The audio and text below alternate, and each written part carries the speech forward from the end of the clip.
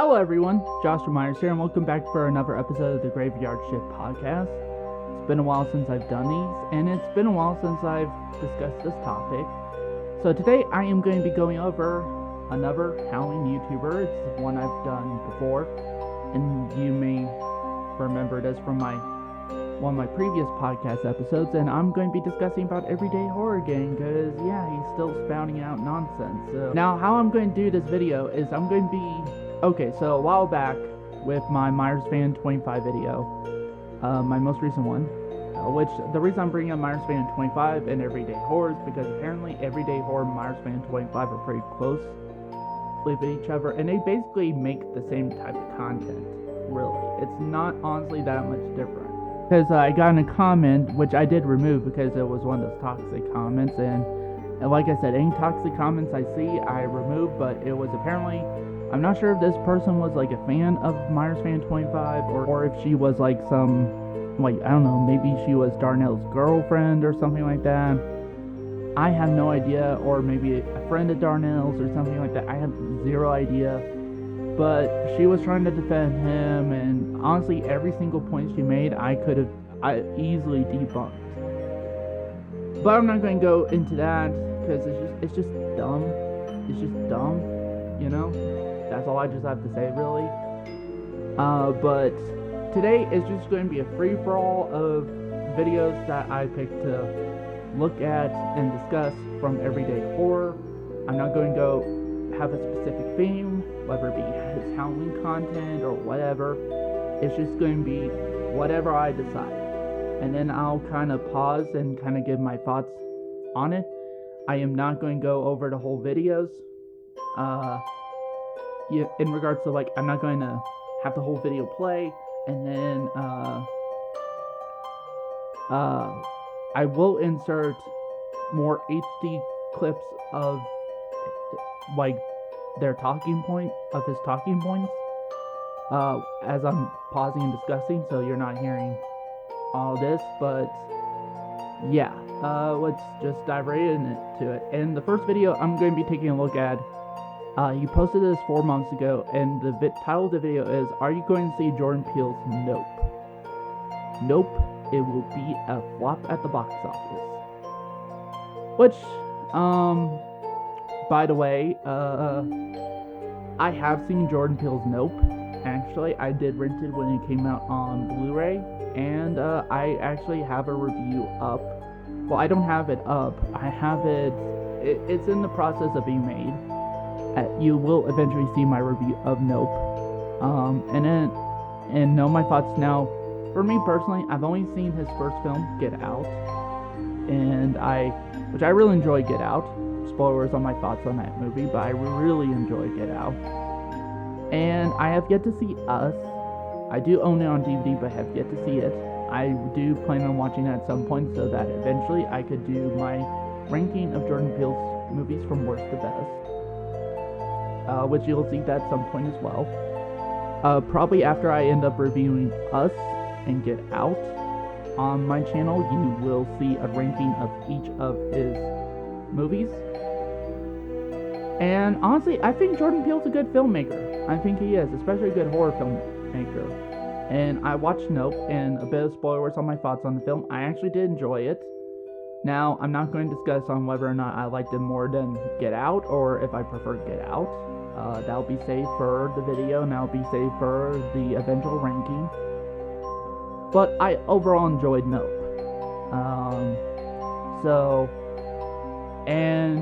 Just real quick, because this is addressing the title of his video, that he thinks Nope will be a flop at the box office. I will go and check real quick to see what was the box office results for Nope. I did check the numbers of Nope, and it grossed $122 million. Now, what was the budget for Nope? Well, let's see. So Nope had a budget of $68 million and grossed a whopping $122 million in the box office. So it made $54 million more than what it was made for. That's a flop? I don't know what is. So we're going to be looking at his video, seeing why he thinks that. His video is pretty short. It's 2 minutes and 16 seconds long. So we're going to be taking a look at that, and then I'll just kind of see about it. Jordan Peele has become a staple in the horror genre the past 5 years. People have praised his work, and personally, I haven't understood the hype. However, I will admit he does have a creative talent to bring new ideas to this genre. But let's take a look at these 3 movies: Get Out, Us, and Nope.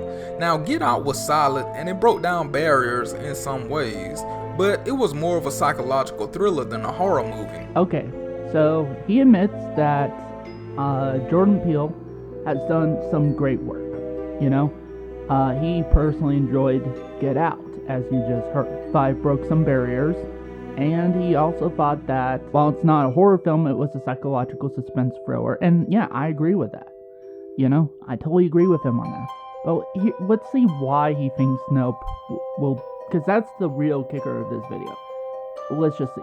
Is it for a legitimate reason that he thinks that? Or is it some kind of bullshit type reason? Let's just see. Now, then Us came out, and from my perspective, it wasn't all that. It was just plain out hype. Now, it's like Jordan Peele, with that movie Us, it just feels like he was just trying to make more of an elevated horror type feel. That's how I feel anyway.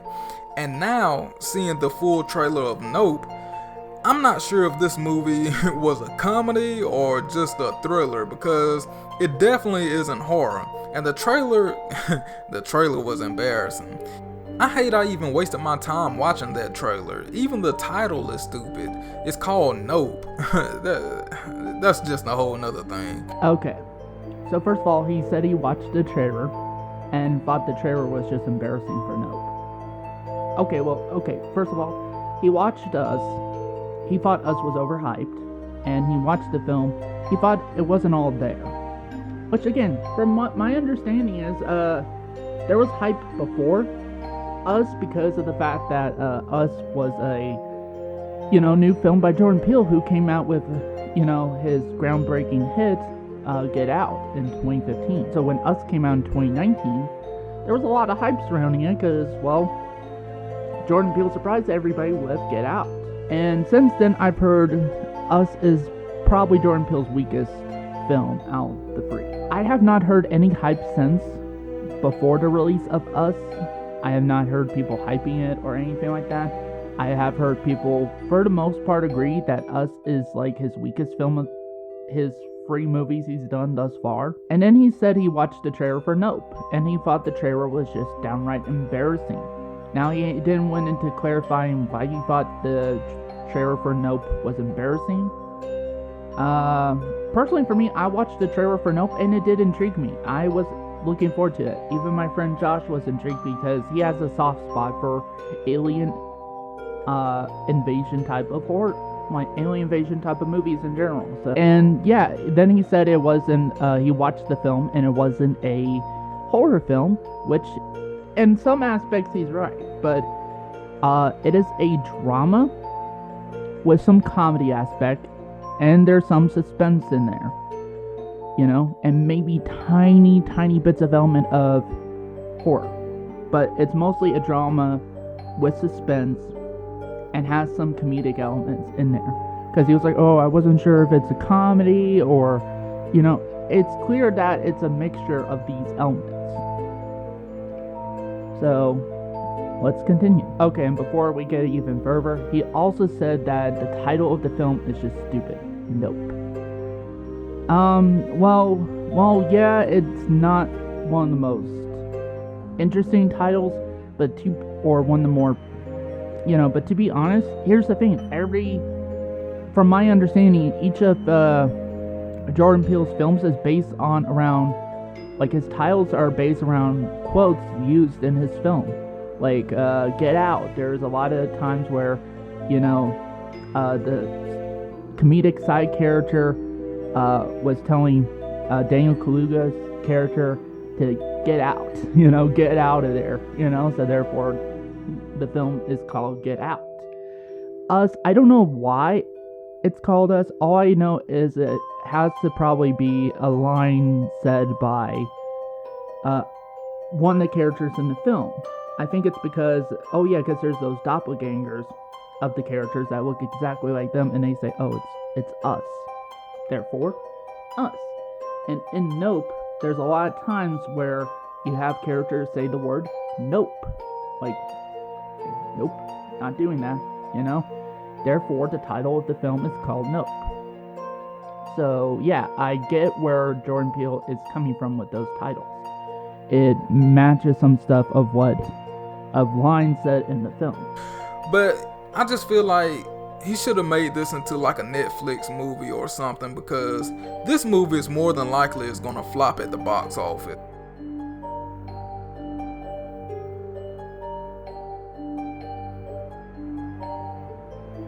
Also, he said that just based on what he saw with the trailer and that, he honestly thinks that Nope should have been a Netflix movie, like a made-for-Netflix film, because he feels like Nope is going to flop at the box office. He just said that. Now, let's see why he thinks Nope is going to, would be a flop at the box office. And it's like he tried to mimic Quentin Tarantino with the location and the soundtrack. That's the vibes I got from the trailer. But on a positive note, I do like the fact that Keke Palmer is getting the opportunity to be the lead role. And, I like the idea of exploring aliens. That's a cool idea. But at the same time, we've seen this before. And I guess, I don't know, I just guess fans are hyping up this movie because it's Jordan Peele. And, honestly, I just think it's going to be a flop.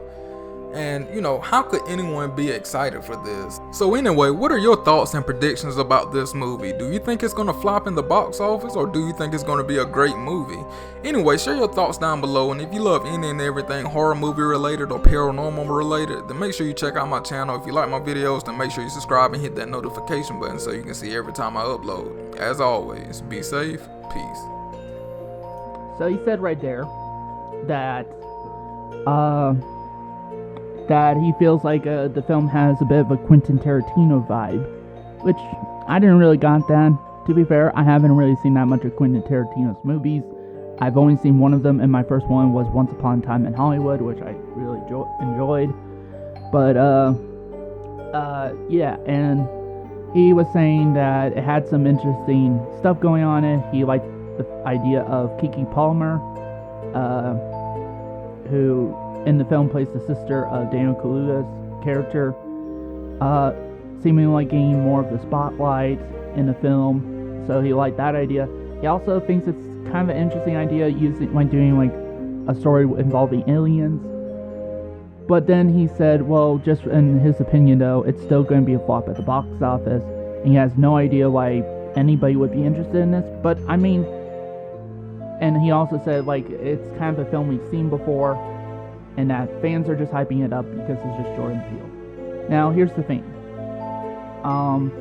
He could think that all he wants, but to be honest, for me, that's just his subjective opinion. And knowing that too, he literally said that he doesn't understand why people would be interested in it, but he literally just lists off the things that might interest people. The fact that, again, there's actors like Keke Palmer being a more prominent role in a movie. The fact that it's going to focus on aliens might be sound interesting to people. I know that was what interests my friend Josh. It was also what interested me in the movie, to watch the movie. And all that different stuff. And so, but then he immediately said afterwards that it's going to be a flop, but in this whole entire video, I'm literally at the end of the video, he has not given a single explanation for why he thinks Nope is going to be a flop at the box office. I mean, why? Why do you think it's going to be a flop? That's just, if you're going to make claims like that, explain why you think that. Because here's the thing you gotta think about. First of all, it's a film by Jordan Peele, who at this point has become an established horror filmmaker and one of the better ones out there. He's loved by the horror film community, and honestly, Jordan Peele is a good director. So, so there's that. Then, you got the fact that it's original horror movie idea more so.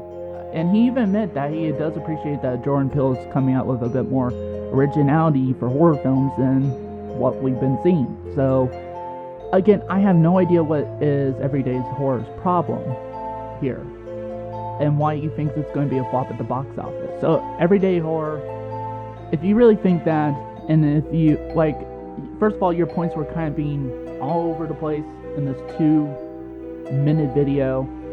You know, you were trying to say that Nope will be a flop in the box office, and he doesn't see why people would be excited to watch this, but yet, not only in the video, you literally gave points for why people would be excited to watch it, you know, and not only that too, you never gave an exact reason for why Nope would be a flop at the box office. And again, it wasn't. It grossed a whopping $122 million in the box office with a budget of $68 million. It grossed around $55 million more than what it was made for. So if that is a flop at the box office, I don't know what is. Now we're also going to be looking at over his video, how Blumhouse ruined the Halloween franchise. Halloween and Michael Myers is dependent on the family angle or something like that. You know, he posted this 3 months ago. It's a 5-minute video, so let's see his points. What's going on, Halloween fanatics? It's no secret that Blumhouse, David Gordon Green, Danny McBride, Ryan Turek, and others like Jamie Lee Curtis and John Carpenter have ruined this new Halloween trilogy. And they eliminated one of the elements that was the heart and soul of all these movies, that being the family lineage of Michael Myers and Laurie Strode. Every sequel in this franchise was built off the brother-sister plot. Now, the fanboys' favorite sequels are Halloween 2 1981 and Halloween 4. But they are the main ones talking about hating the family storyline. How does that even make sense? And I look at it this way. At least the motivation of Michael Myers to kill his family and random people who gets in his way, I feel like that is more convincing than him just walking around like a freaking zombie around Haddonfield. So he's pointing out that he's essentially saying that it's more interesting with the brother-sister angle and makes more sense in regards to that stuff.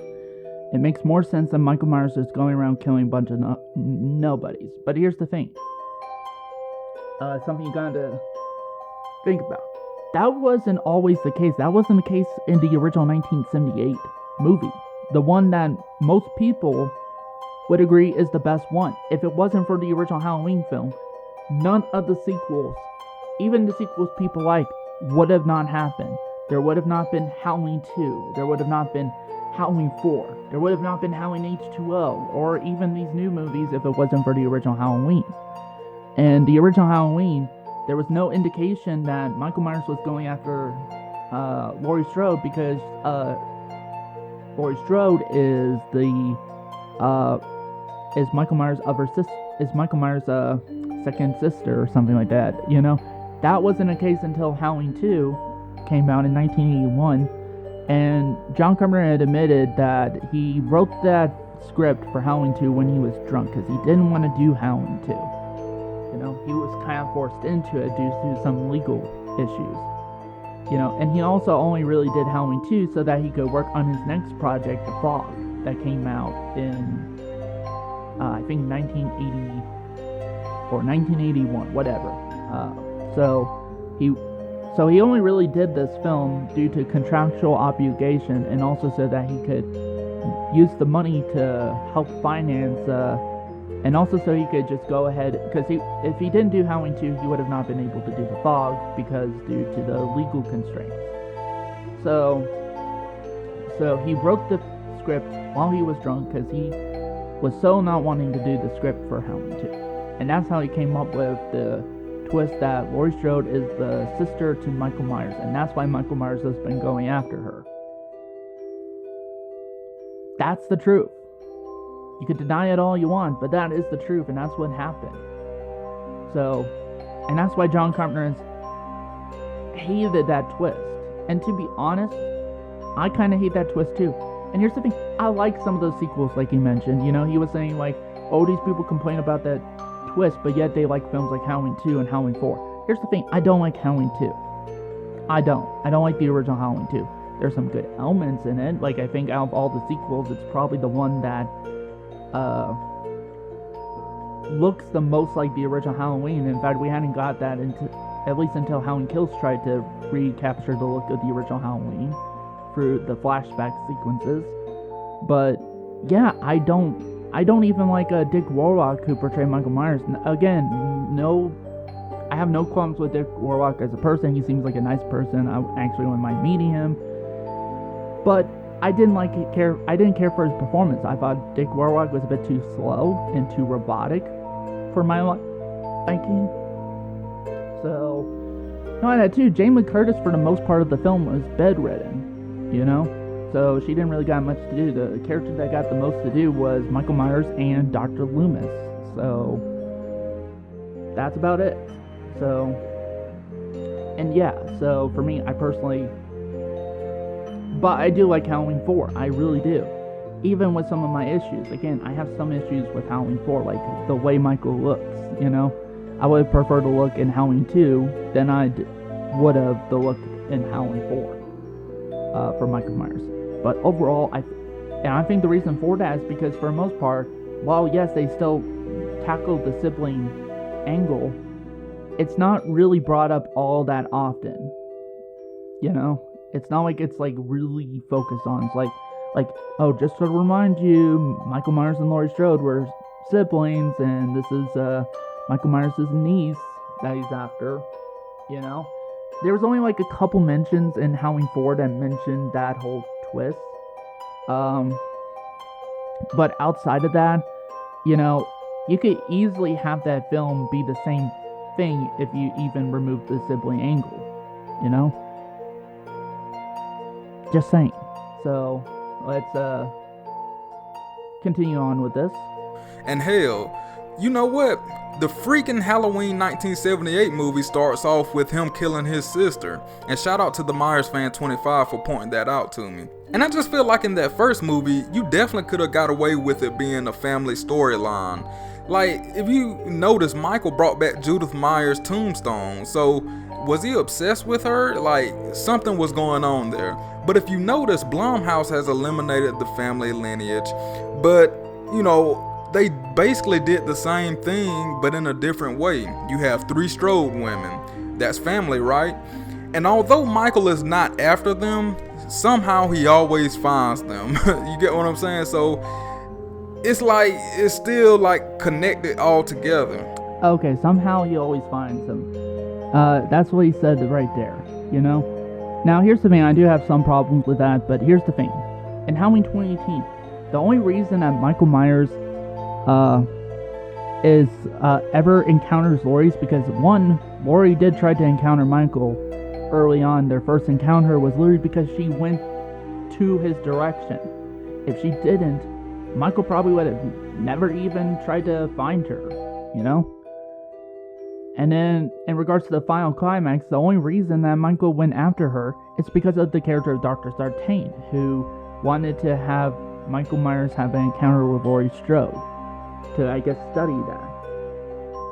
And then in Halloween Kills, the only reason that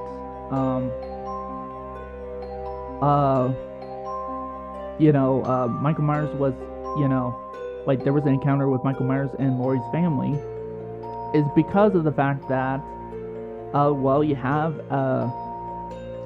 Allison, who actually joins the mob that was being run by Tommy Doyle, Tommy Doyle and Lonnie Elam. So she eventually joined the mob with all of them and everything like that. And then there's that sequence where Allison, Lonnie, and his son Cameron, Allison's boyfriend, goes to the Myers house. They see that that's where he goes after he kills people. And he, that's how if they decided not to do that, if there wasn't this mob going after him, Michael Myers would have not even bothered with Allison, Karen, or Rick. And then in Halloween Ends, I will admit there is a bit of a problem with that, because in that film, Laurie wasn't going after Michael wasn't going after Laurie. The only character who was going after Laurie by the end of it was Corey. That's it. So, and then the kind of final act between Michael Myers and Laurie Strode did kind of felt thrown in there. I will agree to that. So, but throughout the majority of the Blumhouse trilogy, it clearly shows that Michael does not give a flying fuck about Lauren or her family. And I always said, I bet if David Gordon Green could start all over again, he would incorporate the family storyline. And I feel like at this point with Halloween Kills, they knew they screwed up.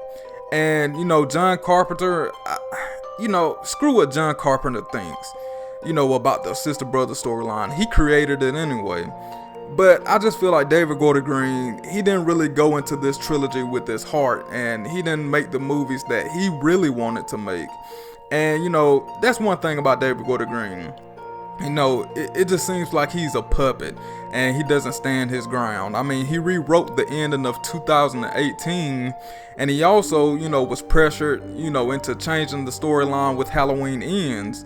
And I even think they rewrote the Halloween script like 3 or 4 times, because we all know that this whole trilogy was supposed to take place in one night. And as you can see, so with that being said, man, I just feel like David Gordon Green has got into this big hole with all of them. I'm gonna lump all of them in together because they created all this crap. Here's something. Does Everyday Horror not know how films are made? Okay, so the reason why... So sometimes with films, you may may go through several different drafts of the script, until you get a script of your liking. I mean, hell, I've done that with my films. I mean, my idea for my new Saw film, which is a sequel to my first 2, which I still will make at some point. I just need the finances to do so, just resources in general to do so. But the story of that had changed over time since 2015 after I released my second Saw fan film. It just happens, Honestly, if I were to give you the original story for my third Saw film as I had it after 2015 versus the story that I have in my head right now, you would see it's completely different for the most part, outside of a few key elements here and there. That's about it. So it happens. And in regards to changing the ending and that was because of test audiences. There's always a test screening before a film. Sometimes there is even more than a test screening. There's sometimes a screening between the producers, the just the cast and crew, and then there's a test screening for audience. They bring in some people in who are just normal movie-going audiences. They watch it and get feedback from the audience, and that's what happened. I mean, look at Halloween 6, the producer's cut. That was an example of a test screening, and they showcased the film to a bunch of, 13, 14-year-old boys, and one in specific said the ending sucked. And they went in and changed some things behind the producer's back and everything. And that's what we got with the theatrical cut of Halloween 6. So, yeah, test screenings happen all the time with films. So, and in regards to all that stuff, you also have to take into them changing some stuff with Halloween. Now, to be honest, I'm not sure if they changed Halloween. Well, here's the thing: they definitely did change the fact that yes, Halloween Ends was originally going to be taking place around the same night as Halloween Kills. Well, Halloween 2018 and Halloween Kills. It was going to be all 3 movies take place on the same night. That was the case. But you know what happened? A fucking worldwide pandemic happened. That changed that. And it made, films getting made a lot more difficult. So there's all these kind of factors that you have to think about. And honestly, for me, I'm at the point where, I don't care if you like the direction that the new films went in. That's not my thing. But my thing is, if you're going to talk about your problems with this new trilogy and the handling of it, get your fucking facts straight, okay? And yes, and he also went on saying how, as you heard, fuck what John Carpenter thinks and that. John Carpenter literally created this franchise with, and if it's In fact, Mustafa Akkad handpicked John Carpenter to direct the film. So, clearly Mustafa Akkad gave a fuck about what John Carpenter thought. Because if he didn't, he would have not picked John Carpenter to do the original Halloween. He would have not even tried to get John to do Halloween 2, Halloween 3, if nobody gave a fuck about what he thought. I'm not saying you don't have to, but just saying that it's like...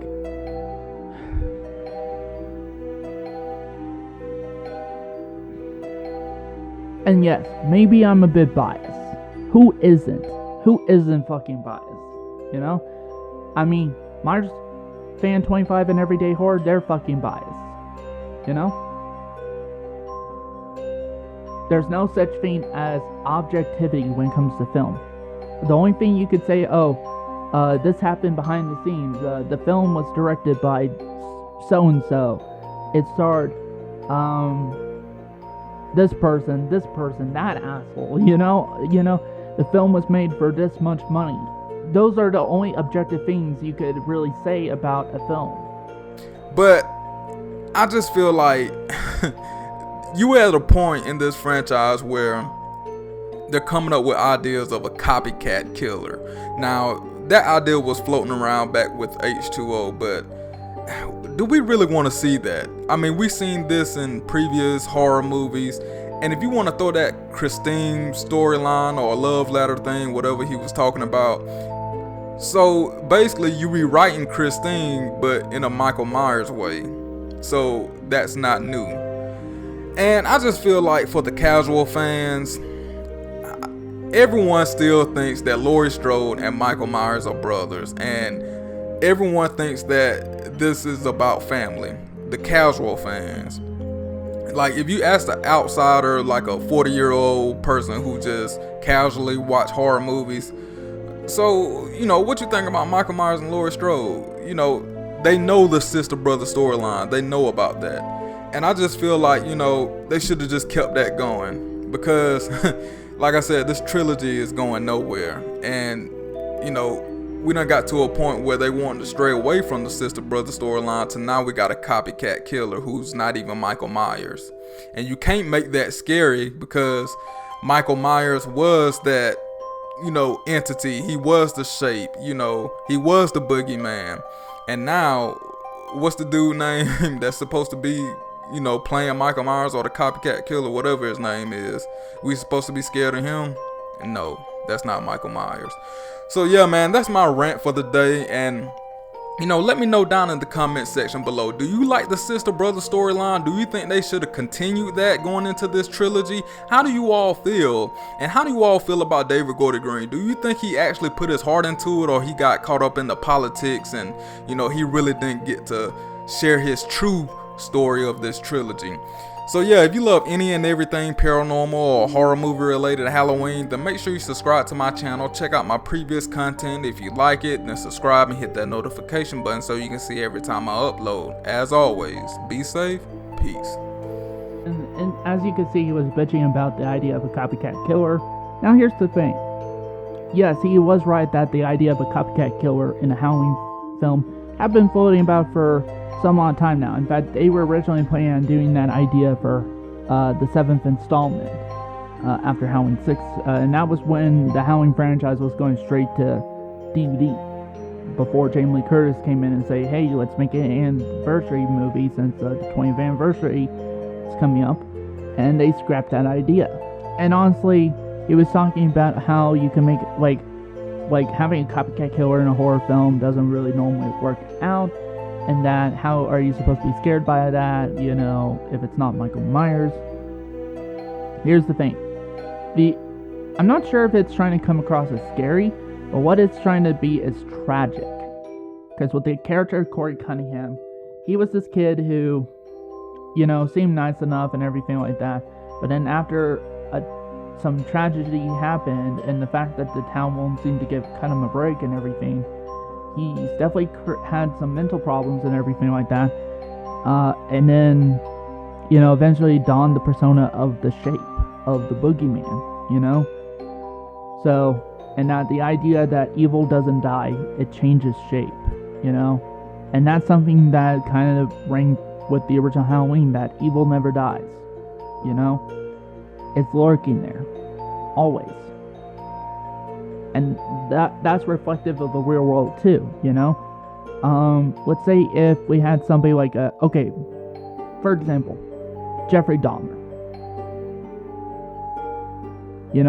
Massive piece of shit, serial killer, who terrorized his own community. But here's the thing. It changes, before Jeffrey Dahmer, there was Adolf Hitler, who stormed into Germany during World War II and committed mass genocide, convinced a whole community to join him in committing mass genocide of the Jewish community and other communities that he deemed as deplorable. So we went from Adolf Hitler to people like Jeffrey Dahmer, Ted Bundy, Ed Gein. And in regards to, there's even terrorists like Osama bin Laden. Yeah, evil doesn't die. It just changes shape, one day you may have a evil like Adolf Hitler to an evil like Osama bin Laden. Sure, they have some differences, but it's literally evil incarnate. That's the whole point that Halloween Ends is trying to come across. That even the best of people could become evil. Or was it always there? Was it always there, just inside the person? And it just took something to just trigger that type of feeling. Again, I'm not trying to say that everyday horror should like the new films. If he doesn't like the new films, that's fine. If he thinks that the films disrespected the character Michael Myers and this franchise, then that's totally fine too. My thing is that don't treat your whole thing as fact. It is subjective. If the idea of film is subjective, then how come we disagree with you? Are we just insane? Well, are we just insane that, am I just insane that I disagree with Everyday Horror Myers Franchise 25? Is that it? Or, because here's the thing, I've been a fan of this franchise for a while. I think I was probably 14 or 15 when I saw my first Halloween film. And guess what? My first Halloween film was Halloween fucking Resurrection. Because it was on AMC. It was during the AMC Fear Fest, and my friends and I were watching the TV, and Halloween Resurrection was on the TV, so we watched that, and that was my first introduction to this franchise and to Michael Myers. And yeah, Halloween Resurrection is probably my second least favorite film of this franchise. So yeah, and knowing that too, I've been a fan of horror films since I was 12 or 13 years old when I first watched my very first horror film, which was the original Poltergeist. And now I'm 26. I just turned 26 the other day. November 27th. Literally been a fan of horror films for 13 years now. And I've seen a lot of horror films my time. Both good ones, bad ones, some that were just in between that were just, okay. So yeah, I think I know my shit. Especially since I've been trying to make horror films since then. So I think I know my shit, okay? So, yeah. Moving on. Okay, here's this. This is another 2.5 minute video posted 2 months ago. And it's, I fell asleep on the black phone. Modern horror movies suck. Stop the fake hype. Now, let me address this title. Okay, if he thought the black phone was boring and everything like that, that's just his prerogative, We're not wanting people to like all the same things in that, Because again, that would indicate that films are objective. Because if, we all could agree on stuff, then that means, yeah, films could be objective. But if we don't, and then he said modern horror movies suck. Okay, that's just his prerogative. you know? That's just his opinion. And then here's this little thing, like this little ditty here. Stop the fake hype. How can a hype be fake if there's people legitimately thinking that the film is good or it's really great, you know, all that stuff. But let's dive into the video, seeing what he says. Now, here's the thing. I actually did watch The Black Phone, and I also have a podcast review coming up of The Black Phone as well, so that'll be the next podcast episode. And yeah, spoiler words for it, I did enjoy the film. You know, and in fact, I actually bought the film recently for my birthday during Black Friday. Got a pretty good deal on it. So, yeah, it's now in the collection, which you will be seeing that in my upcoming holiday shopping haul collection update video, which I'm going to showcase everything that I got during the months of October, November, and December. So I'll try to have that video up by January, by the end of December or sometime in January, for the start of the new year. So let's continue on and see why he thinks that The Black Phone sucks and why he thinks it's just nothing but fake hype.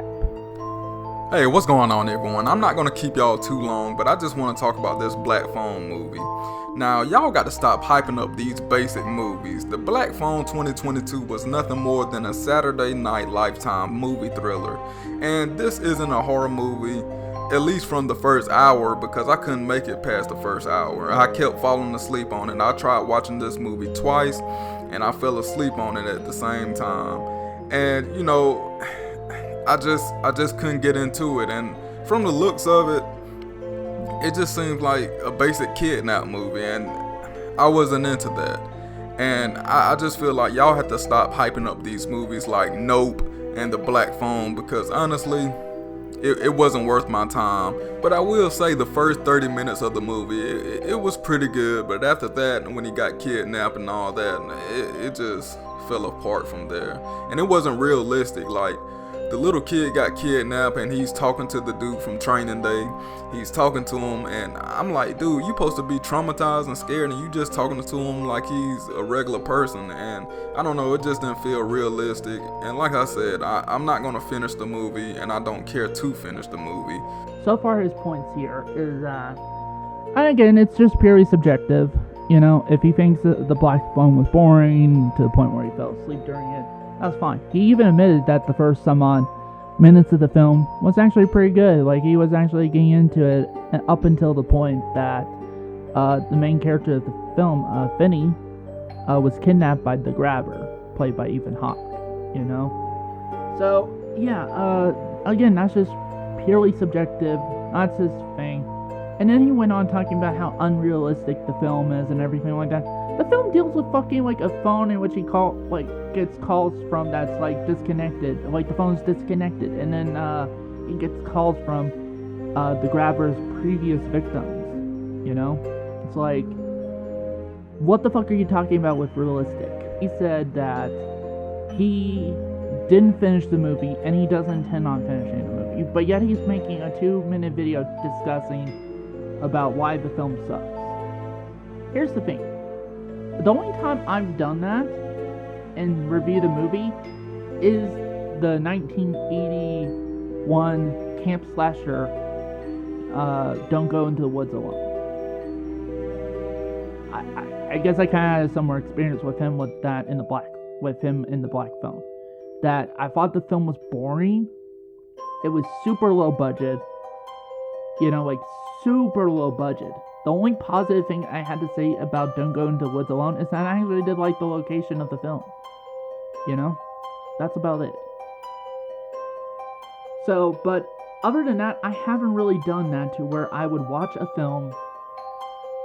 Like, even if I don't like it, I try to watch a film all the way through so that I can have a full judgment of the film. But I just want to ask horror fans to please stop hyping up these mediocre horror movies.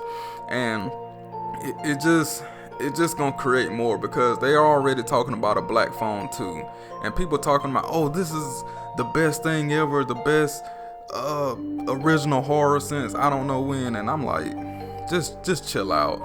Y'all love to hype up any and everything, just like the Terrifier 2 movie. I haven't even watched that trailer, or well, not the movie. The movie haven't even came out yet, but I've been seeing a lot of hype going around the Terrifier trailer. Now, I watched the first Terrifier movie. It was okay, but it was just a little too much, and the pacing was too slow. I guess I'll give Terrifier 2 a try this October, but yeah, y'all have to stop hyping up these movies. Anyway, I want y'all to share y'all honest opinions about the Black Phone down in the comment section below. And also, if you love any and everything paranormal or horror movie related, then make sure you check out my previous content on my channel. And if you like it, then make sure you subscribe and hit that notification button so you can see every time I upload. As always, be safe, peace. I'm actually also looking at the comments here. Okay, here's something. A comment by account by Michael Tulua 2 months ago saying people love pretending, and Everyday Horror responded saying most definitely. What does he mean by people are pretending? Okay, now there was a comment here I saw. Okay, here's the comment. So it was in reply saying from the Myers fan 25 2 months ago, saying mediocrity has become accepted as excellent and it needs to stop. And then Everyday Horror replied saying yes. And then another channel by the name of Zach Hall, and this is very interesting, saying that I feel like the huge fans, he put fans in quotation of this movie, have Blumhouse connections, and that they're obligated to say nice things about it, that or the standards for a good horror film have dropped.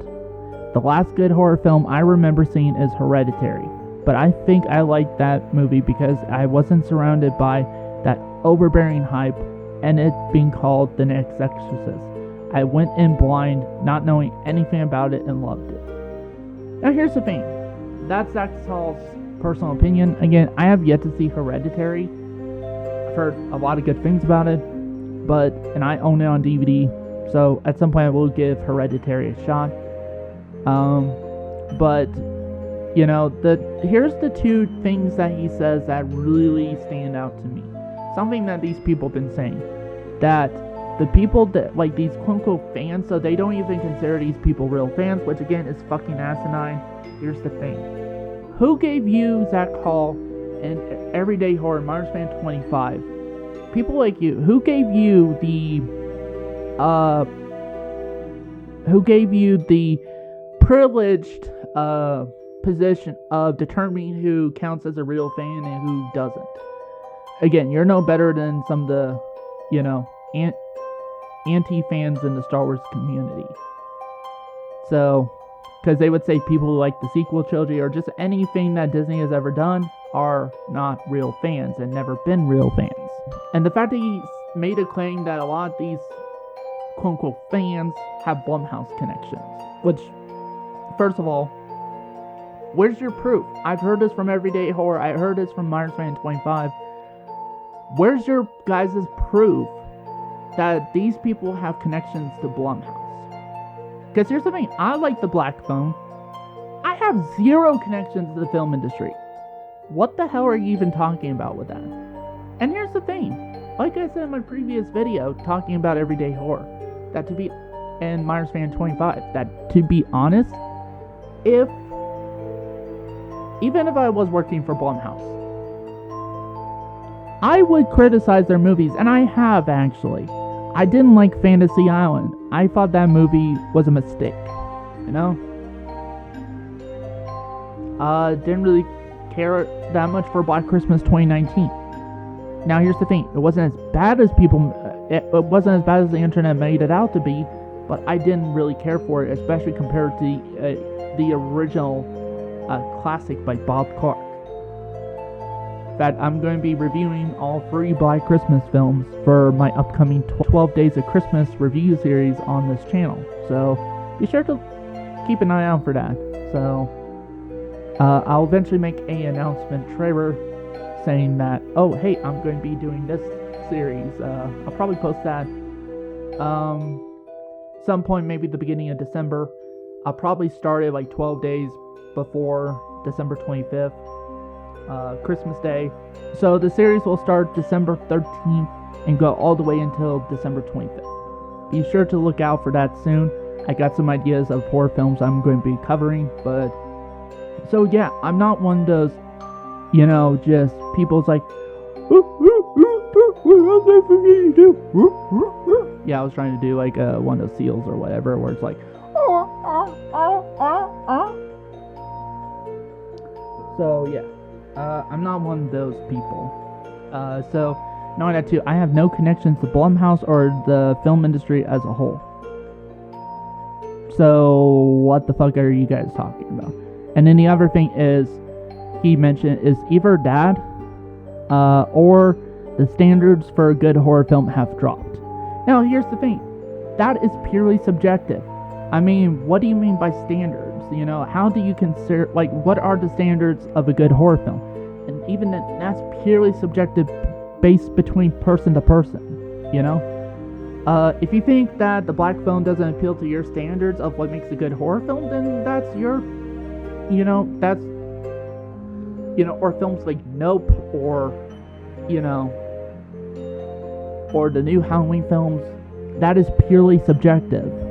And then I love this comment here, by Debunking.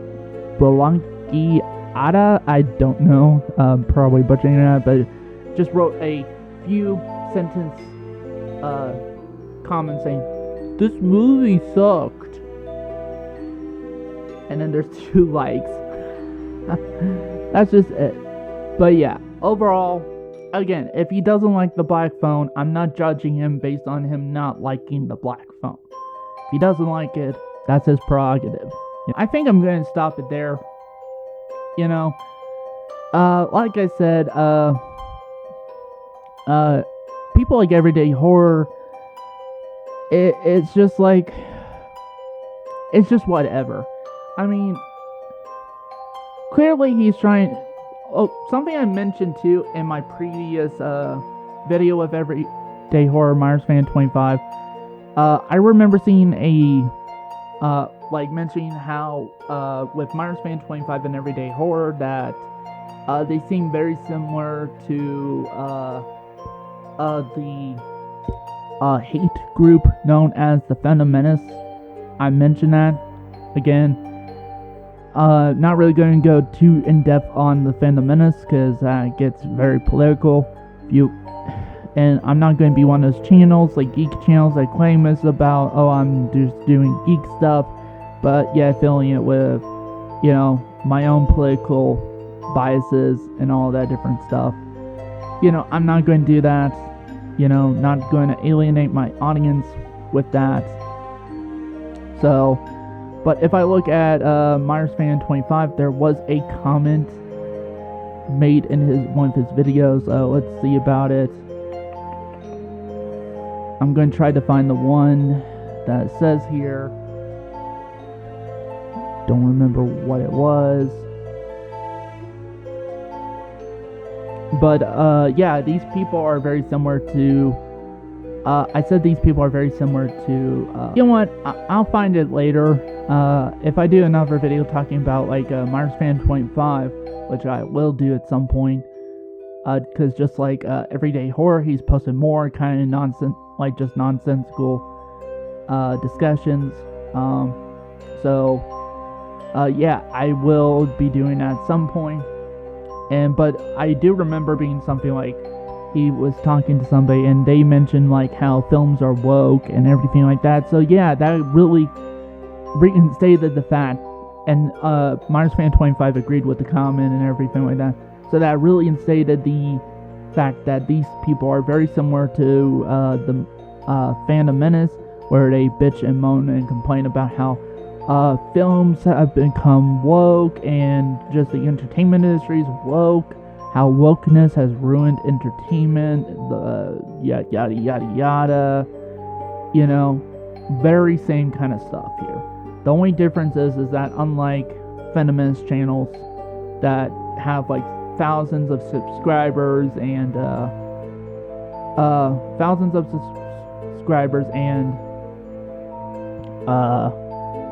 and just a a lot of audience who watches that stuff and believes in that kind of crap, they don't get much, don't get much views. Like Myers Fan 25, I think he's at 4.93 thousand subscribers, which isn't bad, but nowhere near, I think, is like the quality of like the subscriber count and he does get not as many views as let's say, channels with the Phantom Menace. I think the most he gets is the most views he ever got was his review of Terminator 2 Judgment Day at 120,000 views, and he posted that video 7 years ago. And it looks like his views have dropped since then to where he's now getting anywhere from just under 500 views all the way to 1,000 views tops. So yeah, he's really dipped in view counts since his most popular video of his review of Terminator 2. So, and then with Everyday Horror has more more subscribers. He has a subscriber count of 6.36 thousand views. I can't really see what would be his most popular video, considering he doesn't have a section showcasing his popular videos. But he doesn't get much views. Really, the most views he get is just like Everyday Horror. Well, I mean, Myers Fan 25. It's just like Myers Fan 25. The most views he gets, I see here, like a month ago, he got 4,000 views on his Halloween Ends rant, where he says, "I'm embarrassed to be a Halloween fan," and how Halloween Ends makes Halloween Kills a masterpiece or something like that. And then he got 4.5 views. That's the well, actually, scratch that. The most views he made was his video about a month ago, 9.7 thousand views, saying Jamie Lee Curtis is behind the scenes antics to keep Danielle Harris out of the Halloween franchise. So yeah, that's the most he's made, but just in general, he doesn't really make that much views. He makes at most anywhere between just about 1,000 views, to at the least, his most recent video, which was 7 days ago, has only gotten 152 views. So, his ranking of the Halloween franchise gotten 541 views. So yeah, unlike the Phantom Menace channels, these people, as far as I know, don't have nearly as much of the subscriber count as the big Phantom Menace channels, nor do they have the view count that they do. So either they're doing something wrong, or I don't know, maybe people are just like, maybe us horror fans have caught on to that, because here's the thing. Horror has for the longest time been woke. Like, quote unquote woke. I mean, just look at the idea of the final girl. This strong, capable woman who, eventually by the end of the film, fights off against the killer entity, whatever it is, and most of the time survive at the end. Or, stuff like, like hell, even new Halloween films. Let's say, for instance, the first one, Halloween 2018, was an allegory for the Me Too movement. You have a broken down woman in Jamie Lee Curtis's character, Laurie Strode, who has been traumatized and been dealing with her trauma of the events of 1978 and everything, and then she eventually stands up for herself and confronts the abuser in her life, that being Michael Myers. Halloween Kills was an obvious allegory of mob mentality, with Tommy Doyle and Lonnie Elam gathering up this mob and that to try to bring justice into their own hands to try to get Michael Myers and everything like that. And in the process, they end up, having an innocent person get killed that they thought was Myers, and just several other different stuff in the process. Howling Ends is another allegory for trauma and how trauma could affect a whole community and, all that different stuff. So the new Halloween films is essentially, focuses on the idea of trauma and how trauma affects different people in different ways. So yeah, horror has for the longest time been woke. Just saying. And us horror fans, us actual horror fans know this, And I would consider channels like Everyday Horror and Myers Fan 25 anti-fans. And the reason I don't consider them non-fans is because, well, they, unlike non-fans, they consume or, engage with the medium that they're talking about. They make countless of videos talking about, the genre, like whatever thing whatever fandom they're engaging with, which in this case for Everyday Horror, Myers Fan 25, it's horror in general. But, they create outrage content, and most of the time, it's just manufactured, but other times it could be more sincere, but it comes from a place of just hate in that. And it's like some of these channels, you gotta wonder, are they really fans? And a lot of times, no. They constantly hate the stuff that they claim they love, Very rarely do you hear these type of people talk about the things they do love, and when they do, it's followed up by how, this film ruined this, or, franchise and all that different stuff. Like, you just saw with Everyday Horror, he was talking about how he liked the, brother-sister angle of the Halloween franchise and everything like that. But he talked about how he loves some of those films and those franchises for only a little bit, and then he went on to trashing the new films and everything like that, and how the new films ruined the franchise and everything like that, and destroyed the legacy of this franchise and destroyed the legacy of Michael Myers. So, yeah, that's what I mean by anti-fans, that they engage in the medium, but they don't really talk about how much they love the film. In fact, a lot of times they have a lot of hateful mindsets and everything like that. That's why I don't consider Everyday Horror and Myers Fan 25 and the Venom as non-fans, because if they were just non-fans, because like for example, what is a non-fan? For me, I'm a non-fan of sports. I'm not really a sports guy. I don't really watch sports. Don't really play sports all that much. I've had played sports and I do have fun with it, but it's only when I just feel like it. I'm not like, constantly. I just don't really care. I just don't really care about sports. But I really do care about horror films and movies and all that. So that makes me a fan of horror movies and just movies in general. I love all kinds of movies. My favorite genres being, of course, horror. I love a good action movie. I love a good science fiction movie. Yeah. And just in general, I love a good movie. So, that's a fan. Somebody who is passionate about the thing they talk about. Somebody who talks about what they love. And even they come at a place where they talk about what they don't like it. They don't make constant videos and all that stuff. For example, I talked about Halloween 5 a few times now.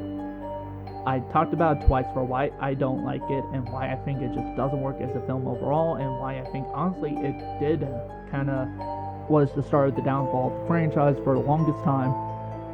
But just today, it should have dropped by 7 p.m., so it should be live now. I'm recording this episode November 28th. Yeah, it should be up, and I did a video talking about the 5 reasons to watch Halloween 5. So, just because I don't like Halloween 5 doesn't mean that there's people out there who actually might like Halloween 5. I dare even say will love Halloween 5. So yeah, so I'm not one of those kind of people that, oh, if you love Halloween 5, you're not a real fan of the franchise. No, I'm not like Everyday Horror Mars Fan 25, where apparently if you love the new Halloween movies, you're not a true Halloween fan. Listen, I've been a fan of this franchise since I was a teenager. I fell in love with the original Halloween after I saw it. That was my favorite film of the franchise. And I've been in love with this franchise since then, even with its downer notes.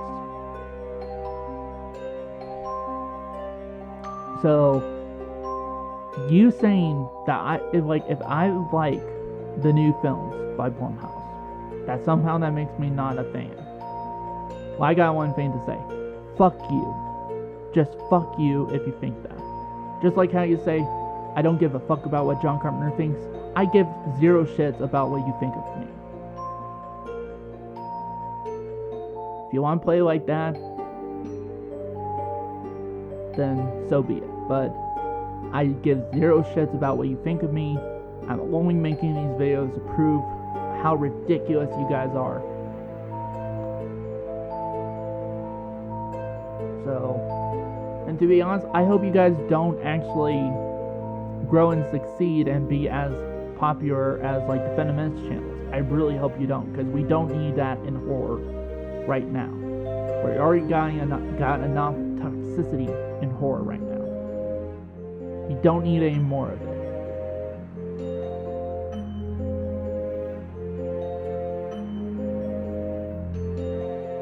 Whew. So yeah, I think we've been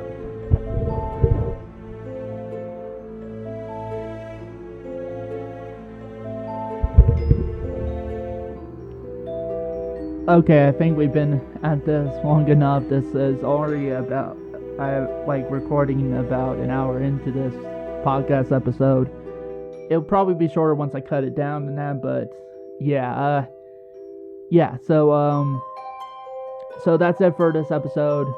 Tell me in the comments below, what do you guys think? Do you agree with me about everyday horror and people like Myers Fan 25? It seems like you guys do, from the sounds of it, from the comment section. You know, so gotten some pretty good comments about it. So yeah, and